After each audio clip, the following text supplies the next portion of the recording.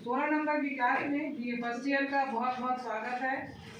क्योंकि कक्षा छोटी पड़ जाती है, सभी बच्चे आ नहीं पाते हैं, इसलिए आज भी शायद कुल 50 बच्चे ही आ पाए हैं। बारी बारी से फिर कभी और बच्चों को बुलाया जाएगा। आज अपन पढ़ेंगे, क्योंकि अब आप लोगों के एग्जाम नजदीक आ रहे हैं, आज फिर से रिवीजन हो रहा है, और आज अपन पढ़ेंगे राजनीति विज्ञान का अर्थ एवं परिभाषा। ठीक है, तो राजनीति विज्ञान के आप किसी भी विषय को पढ़िए तो उसके कई विचारधाराएं सामने आती हैं कि वो उसकी परिभाषा में कहीं ना कहीं विभेद देखने को मिलता है। राजनीति विज्ञान जो है, हर तरह की घटनाएं मनुष्य के जो अपन नागरिक हैं, नागरिक होने के नाते संसार में घटित होने वाली घटनाएं हमको कहीं ना कहीं प्रभावित करती हैं। इस प्रकार हम चूंकि राजनीतिक संबंध हमारे हैं, और हम जब राजनीतिक क्रियाकलाप करते हैं हम राजनीति शास्त्र के विद्यार्थी हो जाते हैं, और तब हम देखना चाहेंगे कि राजनीति विज्ञान संबंधों को लेकर सामाजिक शास्त्र का जो विकास हुआ है उसे हम राजनीति शास्त्र कहते हैं।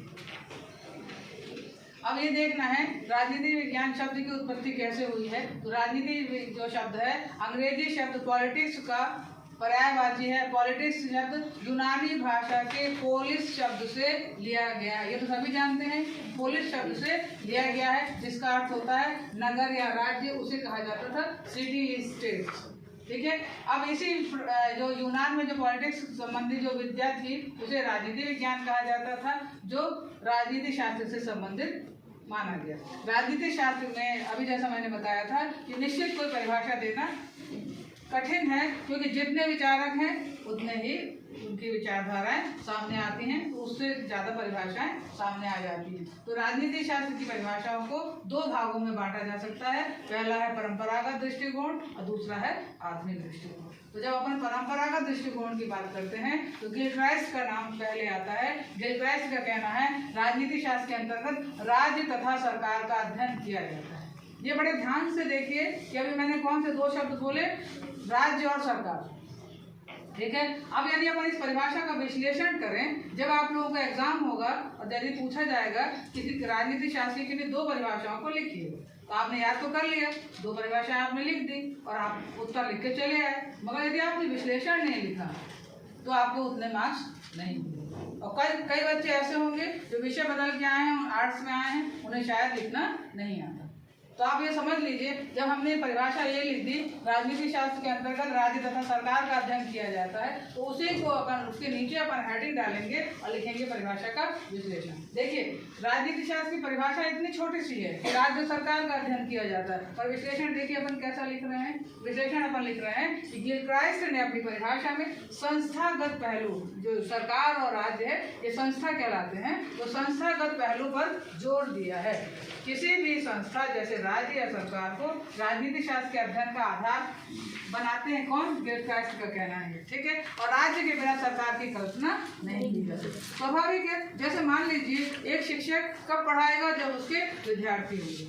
विद्यार्थी के बिना मतलब जो टीचर है और जो सरकार उसकी क्लास है वो बिल्कुल सोनी है। ठीक है, उसी तरह ऐसा है यदि राज्य और सरकार के जो है, राज्य के बिना सरकार की कल्पना नहीं है। जब राज्य ही नहीं रहेगा न जनता रहेगी, और यदि जनता नहीं रहेगी तो सरकार किसके लिए कार्य करेगी? ठीक है, तो राज्य के बिना सरकार की कल्पना नहीं की जा सकती है, क्योंकि जो संस्था है राज्य के द्वारा प्रदत्त एक शक्ति का जो प्रयोग करती है, जिसे हम अमूर्त एक कल्पना है राज्य, वही शक्ति का प्रयोग करती है। और इसमें इन्होंने क्या बताया?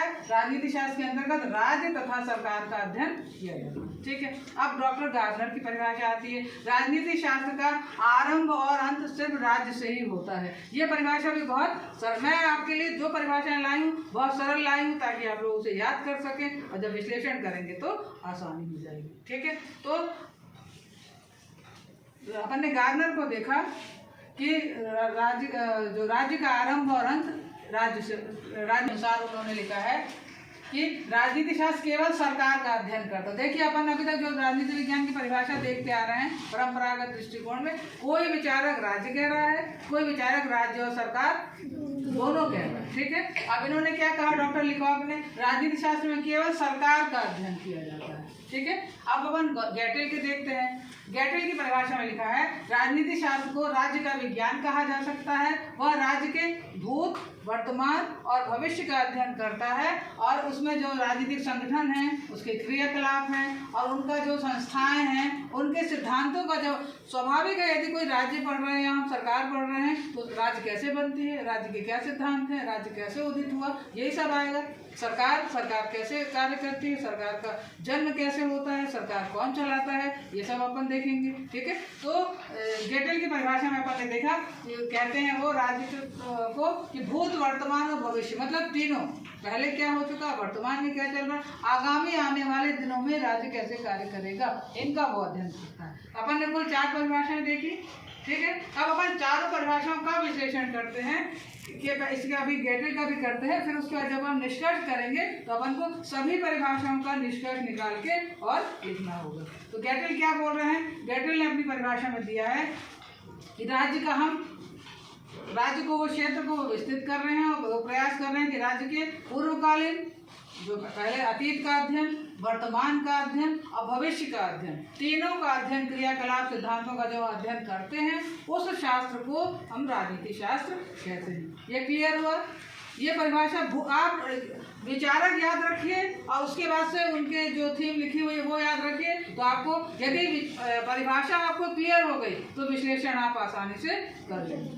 बिना विश्लेषण किए परिभाषा यदि आप एग्जाम लिखेंगे तो आपको अच्छे मार्क्स नहीं मिलेंगे। तो आप ऐसा ही करना शुरू करिए कि परिभाषा लिखिए, फिर उसका विश्लेषण लिखिए और ऐसे 3-4 परिभाषाएं करके आप अंत में आगे पहुंचेंगे। अब अपन ने देखा वो परंपरागत दृष्टिकोण था, अब अपन देख रहे हैं आधुनिक दृष्टिकोण। आधुनिक दृष्टिकोण राजनीति विज्ञान के अंतर्गत माना जाता है द्वितीय विश्व युद्ध के बाद। कोई बता सकता है प्रथम विश्व युद्ध और द्वितीय विश्व युद्ध कब हुए? प्रथम विश्व युद्ध 1914 से 1918, द्वितीय विश्व युद्ध 1939 से 1945।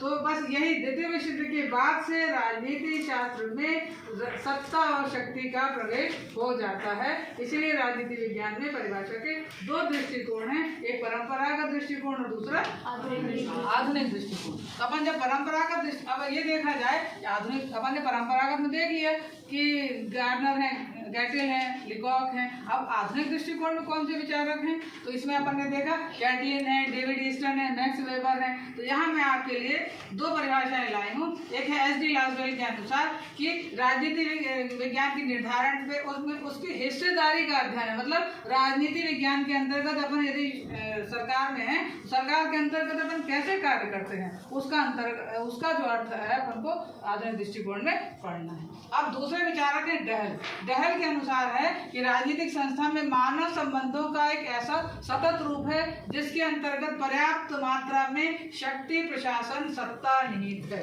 देखिए अभी मैंने कहा, मतलब दूसरा दृष्टिकोण जब 1945 के बाद उदित होता है तो उसमें सत्ता और शक्ति निहित हो जाती है। अपन ने जब राजनीति विज्ञान के परंपरागत दृष्टिकोण को देखा था तो उसमें राज्य और सरकार थी, सत्ता और शक्ति का अपन को समझ में वहाँ दृष्टिकोण नहीं था। और यहाँ पर ये 2 दृष्टिकोण आ जाते हैं। तो ये आधुनिक दृष्टिकोण में सत्ता और शक्ति आपको देखने को मिलती है। क्लियर हो गया? चलिए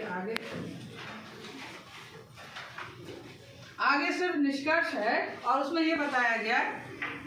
अब देखिए निष्कर्ष अपन ने क्या देखा, दोनों परिभाषाओं का निष्कर्ष आएगा, परंपरागत दृष्टिकोण और आधुनिक दृष्टिकोण दोनों का ये जो निष्कर्ष है। अब ये क्या अपन लिख रहे हैं कि राजनीति विज्ञान की कोई सर्वमान्य परिभाषा देना कठिन है, क्योंकि परंपरागत दृष्टिकोण की अपनी परिभाषा है, आधुनिक दृष्टिकोण की अपनी परिभाषा है। इसमें अपन क्या बोल रहे हैं कि कुल मिलाकर के हमको राज्य भी चाहिए, सरकार भी चाहिए, सत्ता भी चाहिए, शक्ति भी चाहिए। तो इसीलिए राजनीतिक परिभाषाएं एक दूसरे के विरोधी नहीं है, वरन एक दूसरे की वो पूरक है। चाहे वो परंपरागत दृष्टिकोण हो, चाहे आधुनिक दृष्टिकोण हो, एक सिक्के के 2 पहलू, दोनों विचारधाराएं हैं।